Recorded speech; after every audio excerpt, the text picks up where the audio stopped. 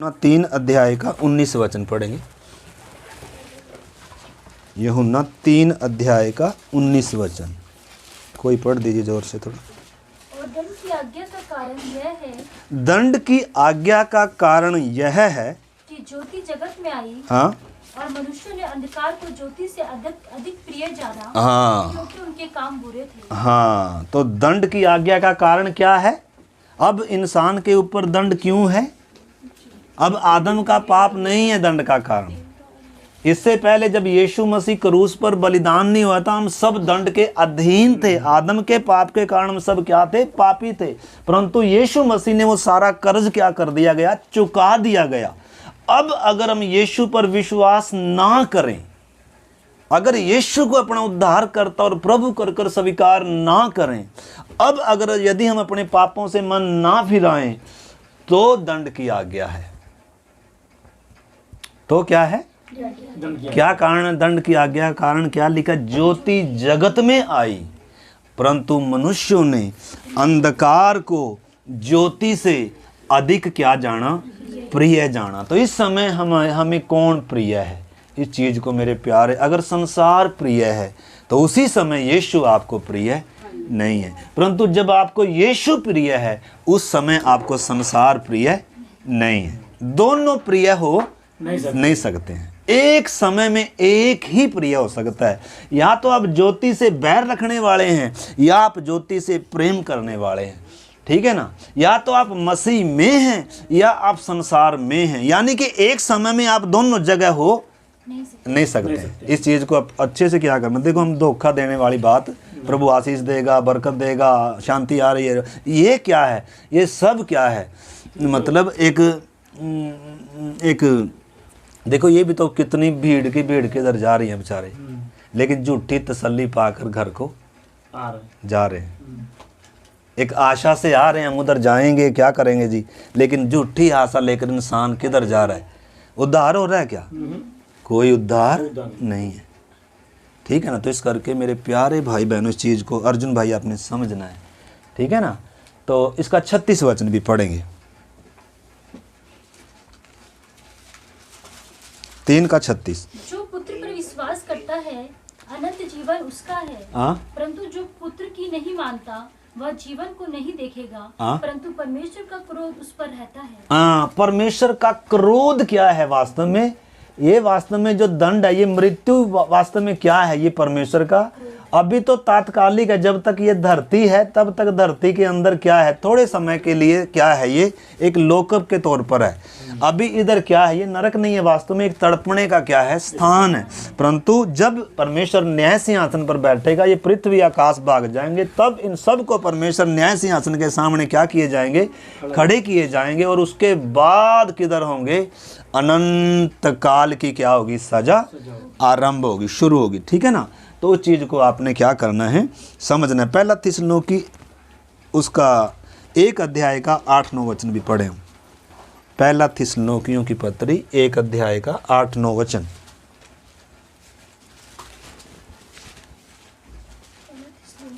हाँ, 1 अध्याय का 8-9। क्योंकि तुम्हारे यहाँ से न केवल पहला थिस्सलुनीकियों 1 अध्याय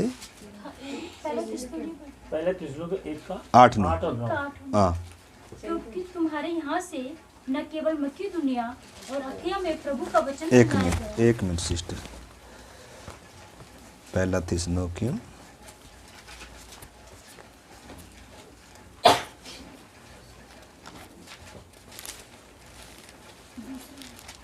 दूसरा में पढ़ें, सॉरी माफ करें, दूसरा है शायद। हाँ, दूसरा। और जो परमेश्वर को नहीं पहचानते और हमारे प्रभु यीशु की सुसमाचार को नहीं मानते, उनसे पलटा लेगा। वे प्रभु के सामने से और उसकी शक्ति के तेज से दूर होकर अनंत विनाश का दंड पाएंगे।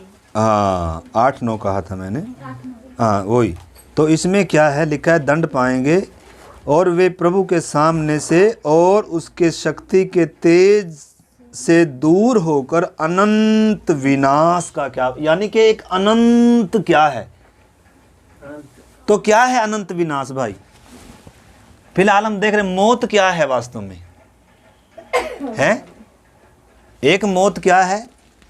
आत्मिक रीति से एक व्यक्ति मरा हुआ है, उसको नया जन्म पाने की जरूरत है, उसको जिलाया जाना जरूरी है। परमेश्वर से उत्पन्न होना, आत्मा से, वचन से उत्पन्न होना उसे बहुत जरूरी है। यीशु ने कहा जब तक एक व्यक्ति नए सिरे से जन्म नहीं पाता। निकोदेमुस मतलब यीशु मसीह पर विश्वास करता है, वो गुरु है, वो वचन का व्यवस्थापक का पूरा क्या है, सिखाने वाला है, यीशु पर विश्वास करता है। लेकिन यीशु ने कहा भाई इतना काफी नहीं है। वचन पढ़ने से, बाइबल पढ़ने से, मुझ पर विश्वास करने से क्या नहीं होगा, नया जन्म नहीं होगा।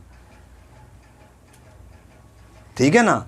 तो उसको कहा प्रभु ने जब तक एक व्यक्ति नए सिरे से जन्म, तो फिर प्रभु ने उसको क्या बताया, उसको बताते बताते प्रभु ने क्या बताया, मूसा जैसे मूसा ने क्या किया, जंगल में सांप को ऊपर क्या किया गया, ऊपर लकड़ी पर चढ़ाया था, ऐसे ही मनुष्य का पुत्र भी ऊंचे पर चढ़ाया जाएगा। फिर बता रहा है जो कोई उस पर विश्वास करेगा वो नाश होने से क्या हो जाएगा, बच जाएगा, क्योंकि परमेश्वर ने जगत से ऐसा प्यार किया। आगे बताता जा रहा है प्रभु। तो लकड़ी पर मूसा ने सांप कब चढ़ाया था, क्यों चढ़ाया था? जब इजरायलियों ने परमेश्वर के खिलाफ में क्या किया, पाप किया। कौन थे ये? जो जिनको मिस्र से छुड़ाया था, जंगल में बुड़बुड़ाने लगे। ये क्या कहने लगे, भाई हम तो मिस्र में ठीक थे, वहाँ खीरे खरबूजे आराम से खाते थे, इधर तो क्या नहीं है। मतलब संसार में से तो निकला है, संसार अंदर से कभी निकला नहीं है। ऐसे लोग हैं। तो इनको फिर क्या परमेश्वर ने लिखा है, विस्टेज विष वाले क्या भेजे, सांपों को भेजा, और वे इनको क्या करने लगे, डसने लगे। और ये क्या एक दिन में क्या हो गए, 23,000 क्या हो गए, मर गए। 23,000 मर गए। और बहुत सारे मर रहे हैं, सबको डस रहे हैं सांप। और फिर ये क्या कर रहे हैं, चिल्ला रहे हैं। और फिर मूसा को परमेश्वर ने कहा, जब उसकी दुहाई दी गई, परमेश्वर ने कहा एक पीतल का सांप बनाकर क्या कर, लकड़ी पर टांग दे, और जो कोई मरता हुआ क्या करेगा, सांप को देखेगा, ये पीतल के सांप की तरफ देखेगा, वो क्या हो जाएगा। तो जितनों ने क्या किया, उस सांप को देखा, वो क्या हो गए, नाश होने से। तो कैसे देखा उन्होंने, हमने पिछले दिनों भी इसके बारे में थोड़ा सा सीखा था, लेकिन एक बार और मैं थोड़ा सा आपको 21 अध्याय निकाल लें आप, गिनती की किताब 21 अध्याय, थोड़ा सा उसमें से लेकर हम फिर आगे बढ़ेंगे। गिनती किताब 21 अध्याय,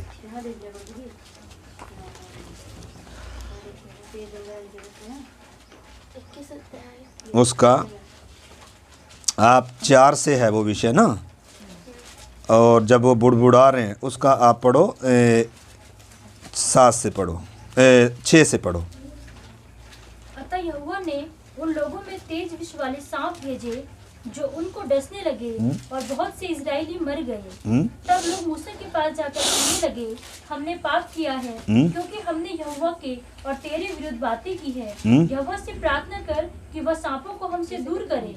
तब मूसा ने उनके लिए प्रार्थना की। यहोवा ने मूसा से कहा, एक तेज विष वाले सांप की प्रतिमा बनवा कर खंबे पर लटका, तब जो सांप से डसा हुआ उसको देख ले वह जीवित बचेगा। अतः मूसा ने पीतल का एक सांप बनवाकर खंबे पर लटकाया। तब सांप के डसे हुओं में से जिसने उस पीतल के सांप की ओर देखा वह जीवित बच गया। सांप के डसे हुओं में से, हम सब सांप के डसे हुए हैं। सांप अंदर क्या कर रहा है, वास कर रहा है, पाप को दर्शाता है सांप। आपने समझना, मैंने कई बार आपको बताया तस्वीर के द्वारा भी, पाप, सांप किसको दर्शा रहा है, पाप को। पाप है क्या, थोड़ा सा आज हम क्या करेंगे देखेंगे। मैं पढ़ भी देता हूं, मैं आपको थोड़ा सा बताता हूं सांप क्या है वास्तव में। सांप क्या है, एक वायरस है, या एक बीमारी है, जैसे टीवी की बीमारी है, कैंसर की बीमारी है, या कोरोना वायरस की जैसे, मतलब ऐसे क्या है, एक बीमारी। भाई अर्जुन देखना, क्या है पाप, एक बीमारी है। किधर से आया ये, आदम से हम सब में पाप में पैदा होते हैं, इसलिए जन्म ही से ये वायरस हमारे अंदर है, और इससे हम छुटकारा कभी पा नहीं सकते। पाप से माफी मिलती है या छुटकारा मिलता है, पाप से माफी। माफी नहीं मिल सकती। पापों की माफी अलग है। पापों की माफी तो जो हमने पाप किए उनकी माफी है। पाप से छुटकारा चाहिए। छुटकारे का मतलब है ये एक महारोग है, एक वायरस है, इससे छुटकारा चाहिए। और दूसरे शब्दों में पाप क्या है? क्रूर शासक है, राजा के समान जो क्या करता है? राज्य करता है। अंदर मनुष्य क्या करता है? राज्य करता है। ये अपने वश में लेता है और अपनी मोह को, अपनी उसको क्या करता है? ये लालसाओं को पूरा करता है। इंसान को क्या बनाता है? मोहरा बनाता है। तो ये पाप अंदर है। जिसने इंसान का परमेश्वर से संबंध तोड़कर रखा है, तो पाप करता क्या है मैं थोड़ा सा आपको बताना चाहता हूँ, फिर मैं इसमें आऊँगा। तो पाप क्या है? सबसे पहली बात, हमें पाप से छुटकारा और पापों की क्या चाहिए? माफ़ी चाहिए। पापों की माफ़ी तो देखो यीशु ने बहुतों को दी ना, बोले जा तेरे पाप क्या हुए, तो परंतु उनका पाप से छुटकारा थोड़ा हुआ। पाप से छुटकारा होना है तो यीशु ने क्रूस पर मरना है, और उस क्रूस पर चढ़ाए यीशु पर उन्होंने क्या करना होगा? विश्वास और मन फिराना होगा, हृदय छिदने होंगे, और तब उनका क्या होगा? छुटकारा होगा या उद्धार होगा। तो आपने इस चीज़ को समझना है। तो पाप क्या है? एक बीमारी है, और एक क्या है? ये क्रूर शासक है जो इंसान के अंदर क्या करता है? राज्य करता है। ये ठीक है ना। और ये करता क्या है? ये मृत्यु को क्या करता है? उत्पन्न करता है। 3 प्रकार की मृत्यु मैंने बताया। आत्मिक तौर पर परमेश्वर से दूर कर दिया, संगति तोड़ दी, संबंध तोड़ दिया। आत्मिक तौर पर इंसान मर गया। उसके बाद शरीर की मृत्यु है, उसके बाद अनंत काल की मृत्यु है। इधर लेकर जाएगा ये। इससे क्या चाहिए? छुटकारा चाहिए। आपने हमने समझना है। तो पहली बात ये क्या करता है? मृत्यु को उत्पन्न करता है, जो 3 किस्तों में मैंने बताया। फिर ये क्या करता है? इंसान को गुलाम बनाता है, या क्या करता है? ये प्रभुता करता है। फिर मतलब जो आप नहीं भी चाहते वो भी आपसे क्या करेगा? ये कराएगा। आप फिर अपने वश में नहीं है। पाप फिर पकड़ेगा। पाप प्रभुता करता है, गुलाम बनाता है इंसान को। तो बहुत कुछ करता है, संबंध को तोड़ता है, और इधर लिखा है अपनी मनुष्य की आत्मा को क्या करता है? मारता है, और प्राण को क्या करता है? ये बिगाड़ता है। और 5वीं बात, शरीर को क्या करता है? नाश करता है। यानी कि 3 प्रकार की मृत्यु। और अगली बात क्या है? ये बुराई को पैदा करता है। क्या करता है? बुराई को पैदा करता है। ये पैदावार बढ़ाता है। मतलब क्या करता है? ये क्या बोलते हैं उसको? एक दूसरे में से मतलब क्या होता जाएगा? ये हाँ, ऐसे जैसे वायरस क्या है, हाँ, ये क्या होता जाएगा। तो इस चीज़ को आपने समझना। तो बुराई को पैदा करता है, और मन को क्या करता है? ये दूषित करता है। मन को क्या करता है? दूषित करता है। और समझ को क्या करता है? अंधी करता है, अंधेरी करता है। और आत्मिक इंद्रियों को क्या करता है? बंद कर देता है। और मनुष्य को परमेश्वर का क्या बनाता है? ये शत्रु बनाता है।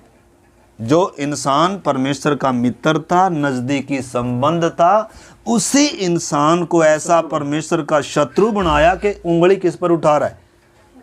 पहला तो कह रहा है तूने स्त्री दिया, इस स्त्री ने मुझे दिया, इसलिए मैंने क्या किया? खा लिया। मतलब कोई पश्चाताप नहीं है, अपने पापी होने का एहसास नहीं। यानी कि पाप इतना खतरनाक चीज़ है, एहसास भी नहीं होने देगा इंसान को कि आप पापी हैं। और ये बड़ी युक्तियां देता है कि क्या कर ले? अंजीर के पत्ते जोड़कर क्या कर ले तेरा, ताकि नंगापन किसी को ना दिखे। यानी कि क्या देता है? ये सलाह देता है, युक्तियां देता है। इसलिए परमेश्वर ने कहा, किसने कहा कि तू नंगा है? किसने कहा? पाप ने क्या किया? पाप क्या कर रहा है अंदर से? मतलब एक पापी व्यक्ति अपने पाप को ढांपने का क्या करता रहता है? प्रयास करता ही रहता है, करता ही रहता है। वो मानने का थोड़ा, मानने का ही नहीं हो। वो अपने पाप को छुपाने के लिए, पाप को ढांकने के लिए अच्छे काम करेगा, बाइबल पढ़ेगा, प्रार्थना करेगा, संगति में आएगा, लेकिन पाप ऐसे छिप नहीं सकता है। इसलिए निकोदेमुस को प्रभु ने कहा जब तक नए सिरे से, वो कह रहा ये कैसे होगा, फिर बताया कि जैसे मूसा को ऊपर चढ़ाया था, जो कोई इस क्रूस पर चढ़ाए यीशु को, जो इसको समझेगा, जो समझकर इसकी ओर देखेगा, वो क्या पाएगा, इस जहर से क्या हो जाएगा, इस सांप से क्या हो जाएगा, छूट जाएगा, जो भी इसका डसा हुआ है। तो उधर प्रभु ने उसको वो बात बताई। तो इधर हम देख रहे हैं पाप करता क्या है। तो पाप मनुष्य को क्या करता है, परमेश्वर का शत्रु बनाता है। और 11वीं बात, ये व्यवस्था को तुड़वाता है। और 12, ये मोह से इंसान को क्या कर देता है, भर देता है। 13, ये जीवन को क्या करता है, बर्बाद करता है। 14, ये पापों के कामों को क्या करता है, प्रकट करता है। यानी कि अंदर पाप है तो बाहर कैसे दिखेगा, कैसे दिखेगा, कामों में दिखेगा। काम, क्रोध, लोभ, मोह, मतलब ऐसे क्या, इसके कामों से प्रकट होता है। जैसे अंदर टीवी की बीमारी है तो कैसे पता चलेगा, खांसी आएगी, थूक आएगा, लक्षण दिखते हैं। मतलब लक्षणों से पहचाना जाता है इस व्यक्ति को क्या है, पाप है। अंदर क्या है, पाप क्या कर रहा है, राज्य कर रहा है, प्रभुता कर रहा है। यानी कि वो व्यक्ति अपनी इच्छा से चलेगा, अपनी मनमर्जी से चलेगा, गलती को कभी मानेगा नहीं, परमेश्वर से दूर भागेगा। अब क्योंकि ये पाप अब किधर नहीं आने देगा, संगति में परमेश्वर के निकट आने, आपको परमेश्वर का बैरी बनाएगा, शत्रु बनाएगा और एक एक आज्ञा को तोड़वाएगा। इस चीज को हमने समझा। इसलिए पाप खतरनाक है या कौन खतरनाक है, पाप इतना क्या है, खतरनाक चीज है। ये सांप है, इसने सबको क्या किया, डसा। और इसका जहर ऐसा है कि भाई साहब इसका डसा हुआ नशे में रहेगा, इसको कोई होश। वो तो शुक्र है इस सुसमाचार का एक व्यक्ति को किसमें लेकर आ रहा है। अगर ये सुसमाचार अगर हम डसे हुओं को होश में लेकर नहीं आ रहा है तो भाई साहब फिर क्या है, और कोई होश में लाने का फिर किस दिन होश आएगा, जिस दिन इधर धनवान के समान, जिस दिन इधर क्या होंगे, इधर आएंगे, उस दिन फिर समय नहीं है। इस करके मेरे प्यारे भाई बहनों, हमने क्या करना है, इस चीज़ को समझना है। अगली बात, ये क्या करता है, कामों, पापों के कामों को प्रकट करता है और ये युक्तियां देता है। 15वीं बात। और 16वीं बात क्या है, पाप की सजा क्या है, मृत्यु है। आखिर में अनंत काल की मजदूरी है। अगर परमेश्वर आपको मजदूरी ना दे, मुझको और आपको मजदूरी ना दे, क्या वो अन्यायी नहीं ठहरेगा, हैं? अगर परमेश्वर पापी को अनंत काल का नरक ना दे तो वो परमेश्वर फिर न्यायी हो सकता है, न्यायी हो सकता है, बताओ। क्या परमेश्वर न्याय ना करेगा, बिल्कुल न्याय करेगा। नहीं तो क्या उसका सिंहासन न्याय का रहेगा फिर। इसलिए उसके न्याय में क्या है, नरक की आग है। परंतु वो नहीं चाहता कि हम किधर जाएं, नरक में जाएं। इसलिए मेरे प्यारे भाई बहनों, इस संदेश को हमने क्या करना है, समझना है, पाप क्या है, ठीक है ना। इसलिए पाप की सजा अनंत काल की मृत्यु। और आखिरी बात है, इसको कभी भी माफ़ किया नहीं जा सकता है। पाप को कभी माफ़ किया नहीं जा सकता है। इसकी क्या है, सजा है। परमेश्वर ने व्यवस्था में भी दिया था कि क्या करना है, पापी को क्या करना है, सजा देना है। पाप की मजदूरी क्या है, मौत है। तो मेरे प्यारे भाई बहनों, हमने समझना है। तो जब इन्होंने क्या किया, पाप किया, इनको जब ये सर्प क्या करने लगे, डसने लगे, बहुत सारे लोग मर गए और बाकी मरने जा रहे थे, तड़प रहे थे, क्योंकि जहर चढ़ा हुआ है। और अब इनका कैसे बचेंगे, देखो बचेंगे कैसे। पहली बात कैसे बचेंगे, आपने समझना। पहली बात कैसे बचेंगे सिस्टर जी, ये क्या स्वीकार कर रहे हैं, उसको पढ़ो आप।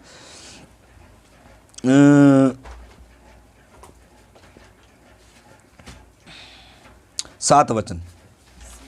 तब लोग मूसा के पास जाकर कहने लगे, हमने पाप किया। हमने क्या किया है जी, पाप किया है। यानी कि ये अपने पापों को क्या कर रहे हैं, मान रहे हैं। सबसे पहली बात, अपने पापों का एहसास जब तक नहीं होगा कि मैंने अपने मुंह से, कामों से, बातों से, विचारों से, व्यवहारों से पाप किया है। मैं पाप का क्या हूँ? गुलाम हूँ। मुझे छुड़ाए जाने की ज़रूरत है, बचाए जाने की ज़रूरत है। ये जहर मेरे अंदर चढ़ा हुआ है कर। अगर ये क्या नहीं है सिस्टर जी, ये हमें एहसास नहीं है, तो ये सुसमाचार सुनते हुए एहसास नहीं हो रहा है क्या? बिल्कुल एहसास हो रहा है? एहसास हो रहा है सिस्टर जी का नहीं कि हमें उद्धार की ज़रूरत है? हम पापी हैं, हमने पाप किया। हमने समझना है। अगर हम यीशु मसीह से भी इसी जीवन की आशा रखते हुए यीशु के पास आ रहे हैं, भौतिक या शारीरिक या पारिवारिक या इधर उधर की, तो हम लिखे सब मनुष्यों से क्या हैं? अभागे हैं। अरे उसके लिए तो बहुत सारे क्या हैं? रास्ते हैं। भौतिक कहीं भी हम क्या करें, किसी को भी मानने मनोकामना पूरी हो जाएंगी, लेकिन मुक्ति सिर्फ किधर मिलेगी? इधर ही मिलेगी। क्रूस के पास आना पड़ेगा, और क्रूस के पास वो ही आ सकता है जो डसा हुआ है और जिसको मालूम हो गया कि मैं मरने जा रहा हूं और मुझे बचाए जाने की क्या है, और क्रूस के पास आकर ही मैं क्या हो सकता हूं? बच सकता हूं। इसलिए क्रूस की कथा, इसलिए पौलुस कहता है हम तो क्रूस पर चढ़ाए मसीह का क्या करते हैं? प्रचार करते हैं, चंगा करने वाले का नहीं।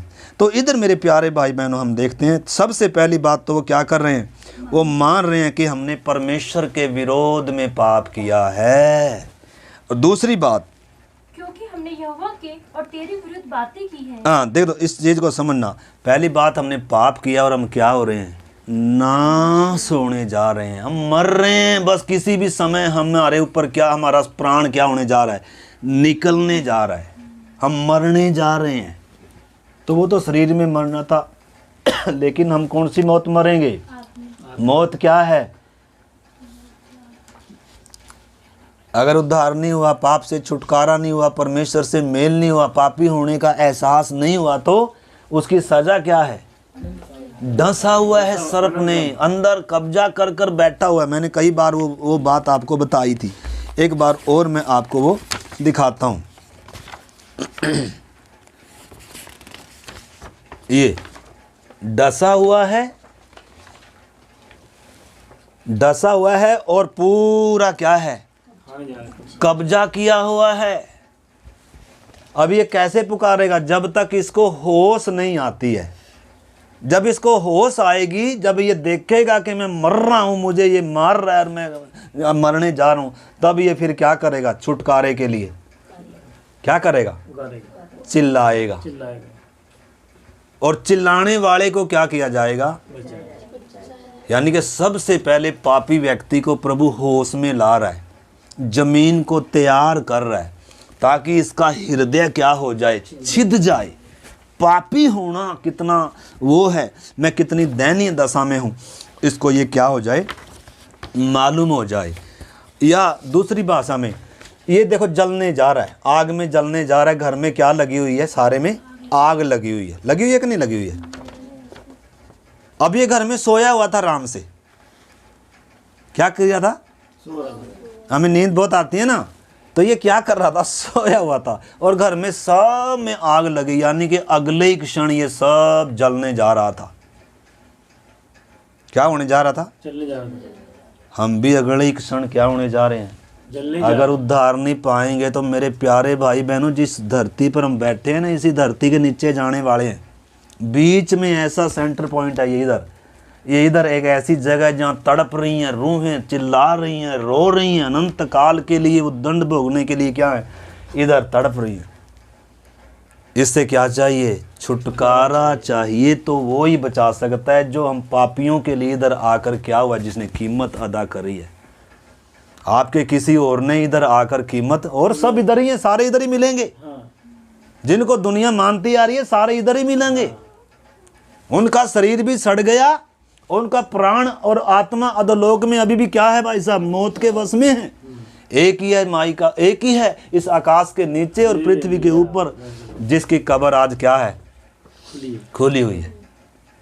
जो कोई इस यीशु को अपना उद्धार करता और प्रभु कर कर स्वीकार करेगा, कौन करेगा? जो एहसास करेगा कि मुझे इस क्रूस पर चढ़ाया यीशु चाहिए, मुझे चंगा करने वाला यीशु नहीं चाहिए, मुझे क्रूस पर चढ़ाया हुआ, निंदा बदनामी जो नंगा है, जो त्यागा हुआ है, मुझे ये यीशु चाहिए। मैं इसको अपना प्रभु और उद्धारकर्ता मानने के लिए क्या हूँ? तैयार हूँ। चाहे दुनिया मुझे क्या करे, छोड़ दे।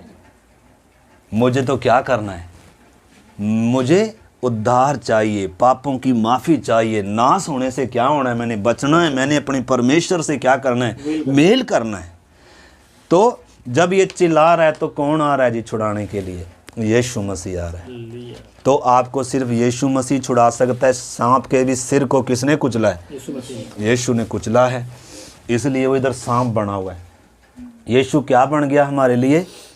यीशु हमारे लिए पाप क्यों बना? ताकि हम क्या बन जाएं? धर्मी बन जाएं। यीशु नंगा क्यों हुआ? ताकि हम उद्धार का वस्त्र हम पहनाया जाए। यीशु क्यों मरा? ताकि हम नया जन्म पाएं। यीशु क्यों त्यागा गया? ताकि हम स्वीकार किए जाएं, मेल मिलाप किए जाएं। आपको मालूम है कि एक शब्द में कितनी गहराई है? यीशु का एक एक दर्द मेरे गुनाहों की सजा थी। एक एक कोड़ा, एक एक चीज मेरे गुनाहों की सजा थी। वो उसके साथ जो हो रहा था, उसके अपोजिट मुझे क्या हो रहा है? मिल रहा है। वो त्यागा किस लिए गया? वो कंगाल किस लिए हो गया? ताकि मैं क्या हो जाऊं? धनी हो जाऊं। तो वो मरा क्यों? ताकि हम जीवन पाएं, नया जन्म पाएं। अगर वो ना मरता, अगर वो ना त्यागा जाता, अगर वो ना नंगा करता होता, या वो क्रूस पर ठोका नहीं जाता, तो मेरे प्यारे भाई बहनों, हमें मानव जाति को कोई क्या नहीं थी? आशा नहीं थी।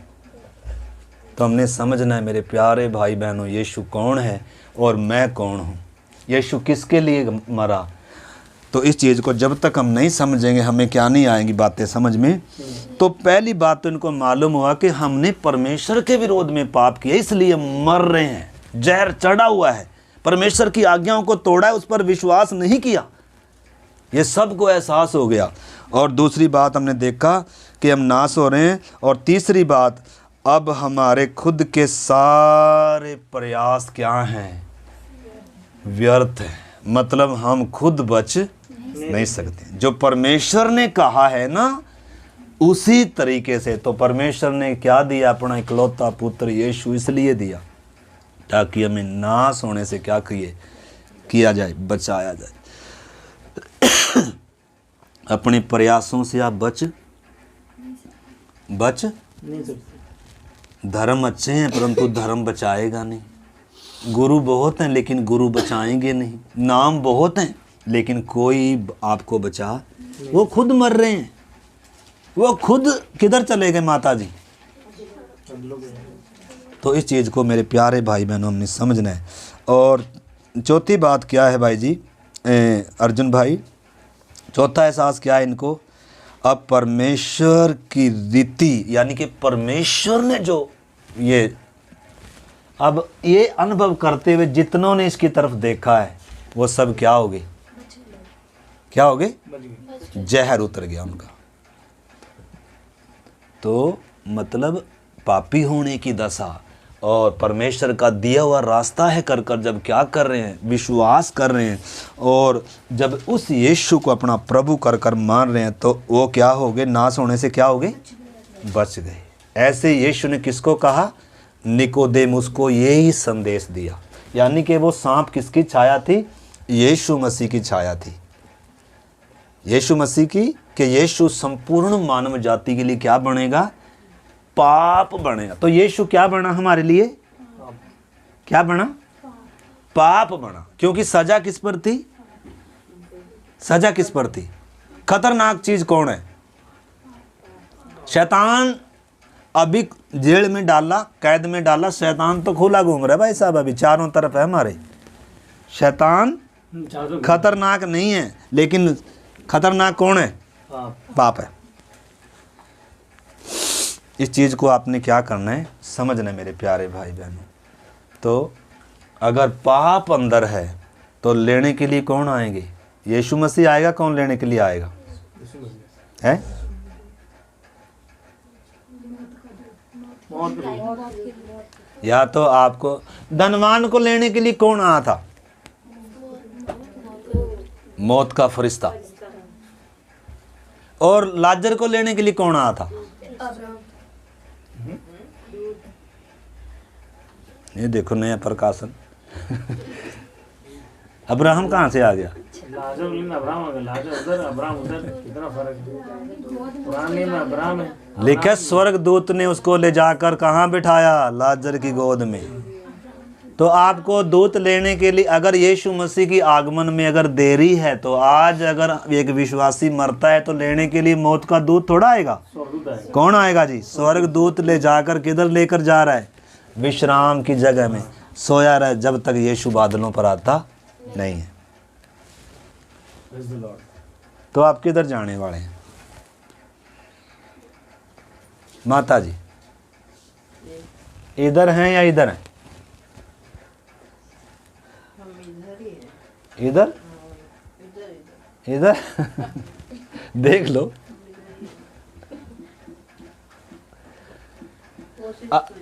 हाँ कोशिश है, लेकिन इधर हैं तो अब क्या लाना है? इधर अगर फल नहीं लाए, फल लाना है। इधर होना अच्छी बात है, लेकिन इधर आपसे उम्मीद है आपके अंदर मसीह दिखना है, आपके अंदर मसीह का स्वभाव आना है, आपके द्वारा फल आना है।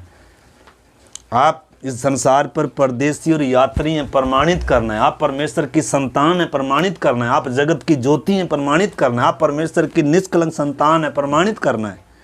ऐसा बोलने से नहीं चलेगा। फल लाना है, यानी कि तब्दील होना है। अभी भले ही इसे ऐसे थे, लेकिन किसके समान होना है? परमेश्वर के समान। सारे चाल चलन में, बातों, कामों, व्यवहारों में, विचारों में क्या होना है? पवित्र होना है। जैसे कौन है? हमारा परमेश्वर पवित्र है।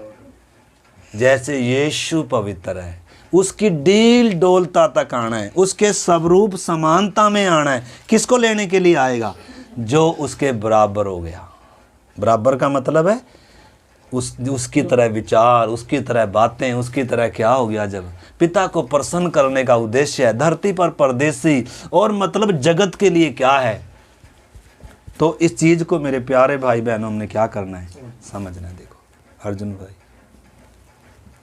है ना, समझना है। ऐसे ऐसे क्या नहीं बनेगी।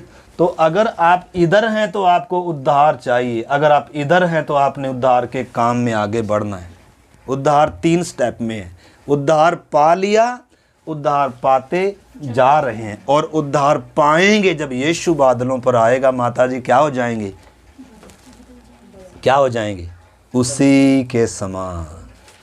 शरीर का उद्धार तब होगा। तो पहले में देर नहीं है, तीसरे में भी देर नहीं है, इतने में होने वाला काम है। एक रात में उद्धार। इसलिए यीशु कहता है आज तेरे उद्धार का दिन है। कब कहा उसको? जक्कई को, चुंगी लेने वाले पापी जक्कई को कब कहा आज इस घर में उद्धार आया? कब कहा? जब उसने अपने पापों को मान लिया। बस पापों को तो अभी हम मान लेंगे, मान के छोड़ दिया, छोड़ भी देंगे। जिसका लिया उसको क्या कह रहा है वो? अरे भाई, जिससे उसका प्यार था दोनों हाथों से बटोरने में लगा, दोनों हाथों से क्या कर रहा है? वो प्यार हट गया, कामों में दिख रहा है मन फिराव। हालेलुया। काम में मुंह में थोड़ा, मुंह में खाली ठीक है, मुंह से हमें मानना है, पर तू कामों में दिखना है। कामों में क्या होना है? इसलिए यूहन्ना क्या कह रहा है? जो जो पेड़ अच्छा फल नहीं लाता वो काटा और आग में झोंका जाएगा। इसलिए मन फिराव के योग्य क्या लेकर आओ? फल लेकर आओ। और यह ना समझो, यह ना सोचो कि हम विश्वासी हैं, यह ना सोचो कि हम अब्राहम की संतान हैं, यह ना सोचो कि हम तो परमेश्वर के, ना ना ना ना ना। अब पेड़, कुल्हाड़ा पेड़ों की जड़ों पर क्या है? रखा हुआ है, और उसका सूप उसके हाथ में है। वो अपने खलियान को साफ करेगा, और दानों को तो अपने खलियान में इकट्ठा करेगा, और भूसी को किधर जलाएगा? आग में जलाएगा। तो ये सब किसकी छाया है? इस मृत्यु की क्या है? जो जो पेड़ अच्छा फल नहीं लाएगा मेरे प्यारे, फल क्या है? मन फिराव के योग्य फल आना है। यीशु पर क्या करना है, विश्वास करना है। पापों से मन फिराना क्या है, अति ज़रूरी है मेरे प्यारे भाई बहनों, ठीक है ना। तो इस करके हमने समझना। तो इसको हम किधर देख रहे थे, आग में भूंजा हुआ मेमना। हमने ये क्या देखा वास्तव में, सारा इस आग में कौन भूंजा गया, यीशु मसीह भूंजा गया। इस यीशु को, इस भूंजे हुए यीशु को जो मेरे लिए भूंजा गया, जो मेरे लिए न केवल उसका लहू बहा, न केवल उसकी शरीर में मृत्यु हुई, बल्कि वो मेरे लिए इस आग में क्या हुआ है, भूंजा गया है। इस भूंजे हुए मेमने को क्या करना है, ग्रहण करना है। इजरायलियों ने क्या करना था, उस भूंजे हुए मेमने को क्या करना था, खाना था। कैसे खाना था, सिर समेत, आंतड़ियों समेत, पैर समेत क्या करना था, पूरा खाना था। आधा अधूरा खाने से काम बनेगा नहीं। इसकी खाने की परमेश्वर ने क्या दी थी, विधि दी थी। वो वचन पढ़कर हम फिर प्रार्थना करते हैं। पर वही निर्गमन की किताब 12 अध्याय में से वो वचन पढ़ के और फिर हम मेरे प्यारे भाई बहनों प्रार्थना करेंगे। निर्गमन 12 अध्याय,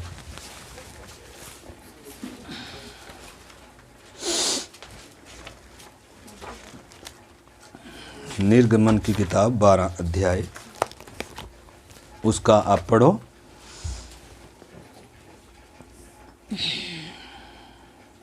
उसने कहा, निश्चय मैं तेरे संग रहूंगा।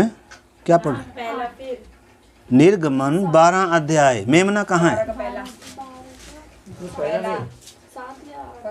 13 का 7 6 6 से पढ़ो, 12 का 6 से पढ़ो। और इस महीने के 14वें दिन तक उसे रख छोड़ना, और उस दिन गोधूली के समय इजराइल की सारी मंडली के लोग उसे बलि करें। तब वे उसके लहू में से कुछ लेकर जिन घरों में मेमने को खाएंगे, उनके द्वार के दोनों अंगों और चौखट के सिरे पर लगाए। आगे पढ़ो बहन जी, जल्दी पढ़ो।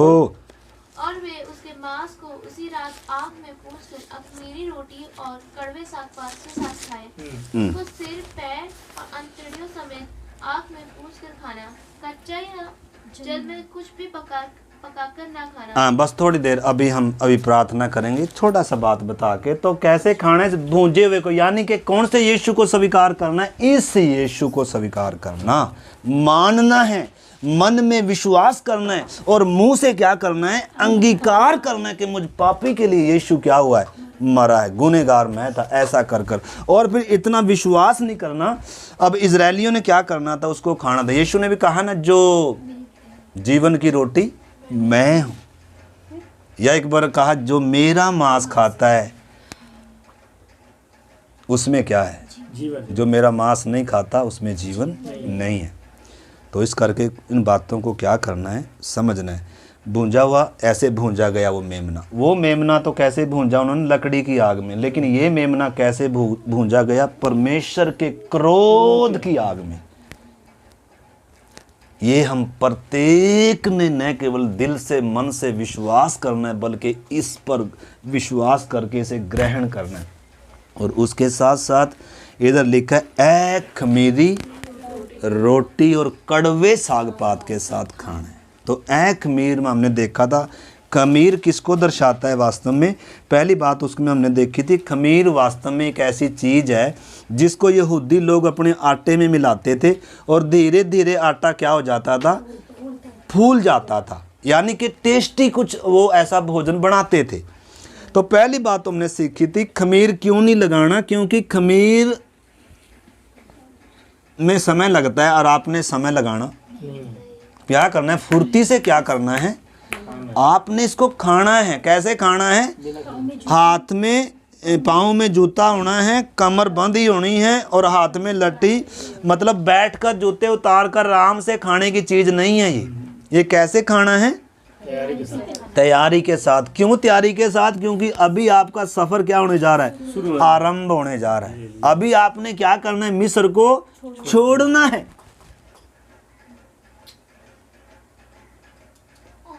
मतलब ये इसलिए वध नहीं हुआ कि आप मिस्र में क्या रहे, परमेश्वर का प्रोग्राम मिस्र में नहीं है।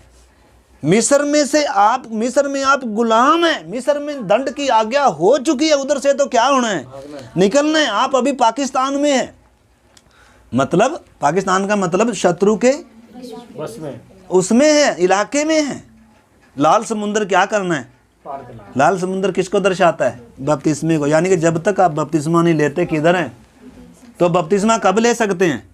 कभी भी नहीं ना ना ना, चाहे पहले ले लिया हो तो उसका कोई अर्थ ही नहीं है। नहीं, वो तो पानी डुबकी हो। हाँ, बपतिस्मा कौन ले सकता है? हमने इन पिछले दिनों सीखा है। बपतिस्मा लेने वाले के लिए मापदंड क्या है, उद्धार पाने वालों के लिए मापदंड क्या है, हमने सीखा है पिछले दिनों। आप अपने आप को जान सकते हैं, ठीक है ना। तो खमीर किसको दर्शाता है? मतलब देर नहीं करना। उन्होंने फटाफट क्या करना था? छोड़ना था। और दूसरी बात हमने देखा था, खमीर किसको दर्शाता है? खमीर पाप को दर्शाता है। ए खमीरी रोटी का हमने देखा था। देखो उसमें थोड़ा सा अगर आप पढ़ना चाहते हो तो समय हो गया वैसे भी। आप 12 का 8 वचन पढ़ो, निर्गमन 12 का 8 पढ़ो। पढ़ लिया ना 8? 15 पढ़ो। 7 दिन तक अख़मीरी रोटी खाया करना, उनमें से पहले ही दिन अपने अपने घर में से खमीर हटा देना। वरन जो कोई पहले दिन से लेकर 7वें दिन तक कोई खमीरी वस्तु खाए, वह प्राणी इस्राएलियों में से नष्ट किया जाए। पहले दिन एक पवित्र सभा और 7वें दिन भी एक पवित्र सभा करना। उन दोनों दिनों में कोई काम न किया जाए, केवल जिस प्राणी को जो खाना हो उसके काम करने की आज्ञा है। हाँ, तो इधर क्या बताया गया है? 19 में पढ़ लिया ना 19 आपने? हाँ। 7 दिन तक तुम्हारे घरों में कुछ भी खमीर ना रहे, वरन जो कोई किसी खमीर वस्तु को खाए, चाहे वह देसी हो चाहे परदेसी, वह प्राणी इस्राएलियों की मंडली में से नष्ट किया जाए। कोई खमीर वस्तु ना खाना, अपने सब घरों में बिना खमीर की रोटी खाया करना। हाँ, मतलब परमेश्वर सख्ती से क्या बोल रहा है जी? क्या बोल रहा है? खमीर मतलब आपका टेस्ट का ये चीज़ अब नहीं है। टेस्ट के लिए किसके साथ ही खाना है? ये मतलब इसको खाली मेमने को खाना नहीं है, बल्कि एक मेरी रोटी के साथ खाना है।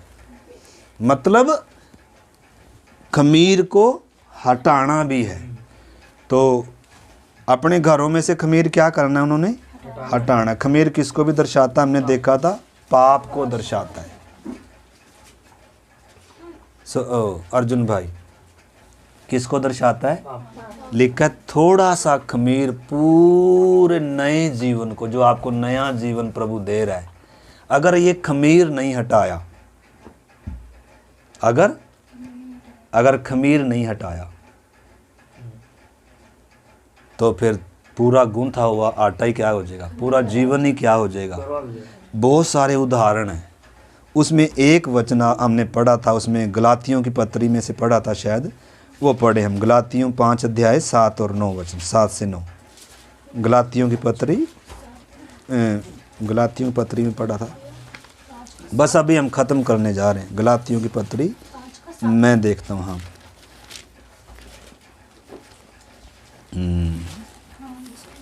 हाँ जी, हाँ पढ़े। तुम तो भली भांति दौड़ रहे थे, अब किसने तुम्हें रोक दिया कि सत्य को ना मानो? थोड़ा सा खमीर सारे गूथे हुए आटे को खमीर कर डालता है। मैं प्रभु तुम्हारे तो इधर 9 में है लिखा थोड़ा सा खमीर। बस अभी हम ख़त्म करेंगे, आपने समझना। देखो इस मैसेज को आपने समझना, यानी कि अगर थोड़ी सी भी हमारे जीवन में क्या है, खमीर है या पाप है या पाप का कोई भी काम है, न केवल उस समय एक मेरी रोटी से खाना है, बल्कि अपने घर में से भी खमीर को क्या करना है? खमीर, बहुत चीज़ें हैं खमीर हमारे जीवन में। जब हम विश्वास में आते हैं ना, हमारे घर में क्या होता है? हर जगह क्या होता है?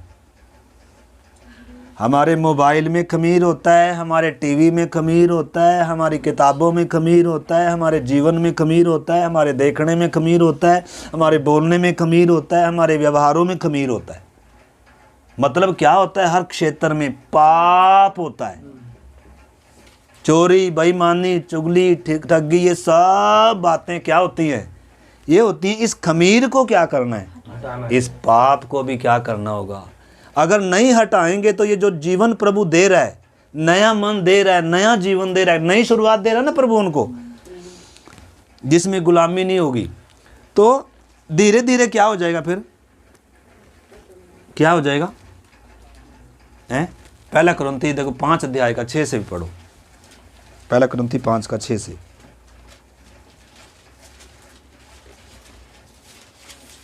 कई लिखने में लगे। तुम्हारा घमंड करना अच्छा नहीं। क्या तुम नहीं जानते कि थोड़ा सा खमीर पूरे गूंथे हुए आटे को खमीर कर देगा? थोड़ा सा खमीर पूरे गूंथे हुए आटे को, यानी कि पूरे आपके जीवन को जो यीशु के लहू के द्वारा शुद्ध किया गया, जो पवित्र आत्मा के द्वारा शुद्ध किया गया, जो नए जन्म के द्वारा शुद्ध किया गया, क्या कर देगा? पूरे को खमीर कर देगा, खराब कर देगा। आगे, पुराना खमीर निकाल कर, पूरा पुराना खमीर निकाल कर, अपने घरों से भी, अपने मोबाइल से भी, अपने टीवी से भी, अपनी नौकरी से भी, जहां जहां खमीर था पहले। कोई है जो कह सकता है जी यीशु मसीह से पहले मैं पवित्र था? यीशु मसीह के लहू में हम पवित्र होते हैं। पहले तो हमारे काम, बातें, विचार, सोच सब क्या था? क्या था जी? पूरा खमीर था कि नहीं? हाँ, पूरा खमीर था, भरे हुए थे पूरा खमीर। हाँ। तो अब खमीर अगर नहीं निकाल लेंगे तो थोड़ा सा खमीर क्या है तो फिर काफी है। आगे पढ़ो। पुराना खमीर निकाल कर अपने आप को शुद्ध करो, हाँ? कि नया गूंथा हुआ आटा बन जाओ, हाँ? ताकि तुम अखमीरी हो, क्योंकि हमारा भी फंसे जो मसीह है बलिदान हुआ है। हमारा भी फंसा जो मसीह है क्या हुआ है? बलिदान हुआ है।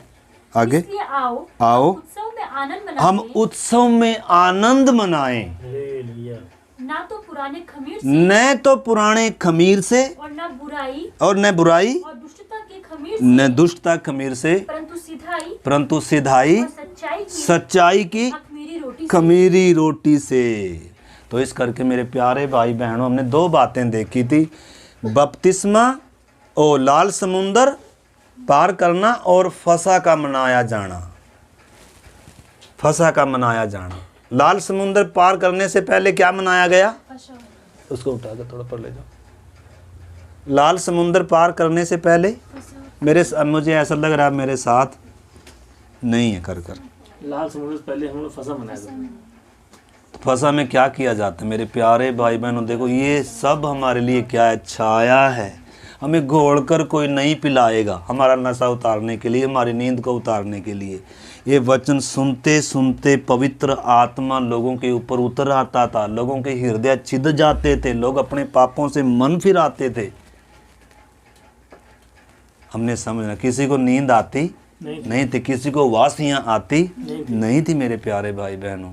तो इस करके हमने ये जो क्रूस की कथा है, ये बहुत बड़ा विषय है। ऐसे इसी लिखा है, ऐसे बड़े उद्धार से निश्चिंत रहकर हम कैसे बच सकते हैं। तो मेरे प्यारे भाई बहनों ने समझना, तीसरी बात खमीर किसको दर्शाता है, बस ये बात मैं बताकर मैं प्रार्थना करूं। भाई अर्जुन, अभी पढ़ने का समय नहीं मेरे भाई, अब इधर देखें। तीसरी बात खमीर किसको दर्शाता है? गलत उपदेश को दर्शाता है। किसको दर्शाता है? आज दुनिया भर में गलत उपदेश है यीशु के नाम में, चंगाई का भी है, ये सब क्या है?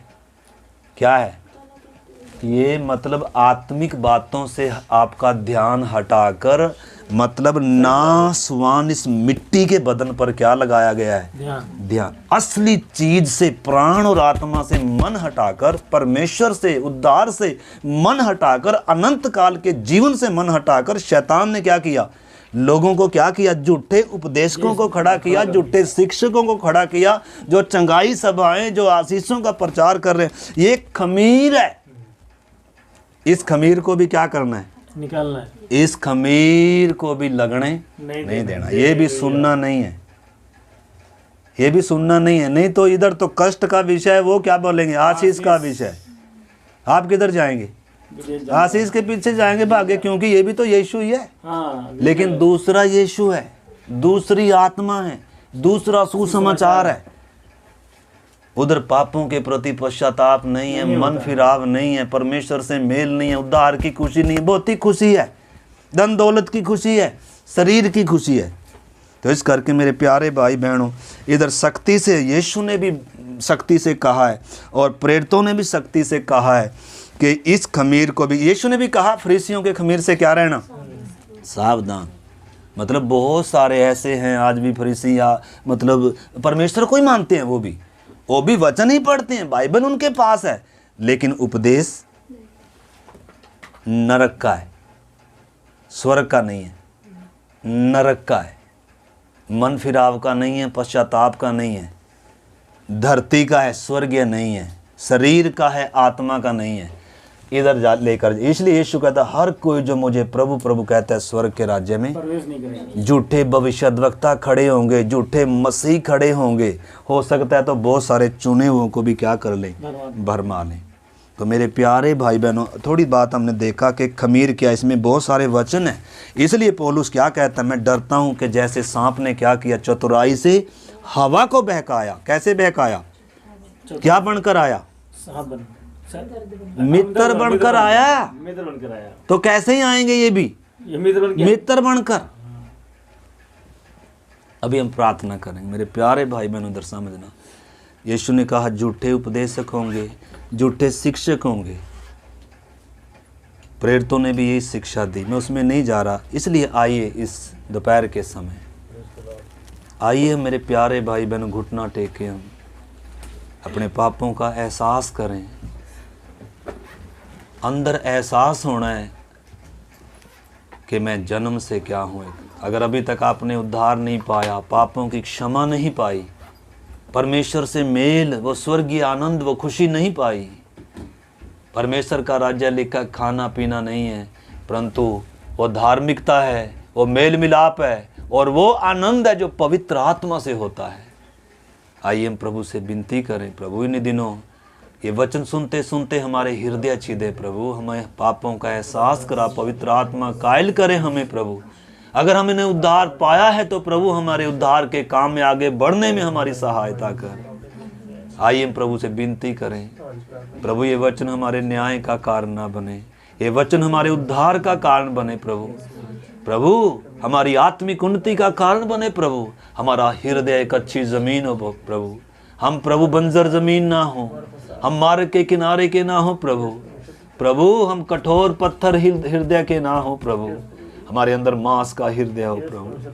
हम पापियों के लिए यीशु मसीह तूने अपना प्राण दे दिया प्रभु, त्यागा गया, नंगा हुआ, ओ प्रभु तुझे मरना पड़ा खुदावन, ताकि हम जीवन पा सके प्रभु।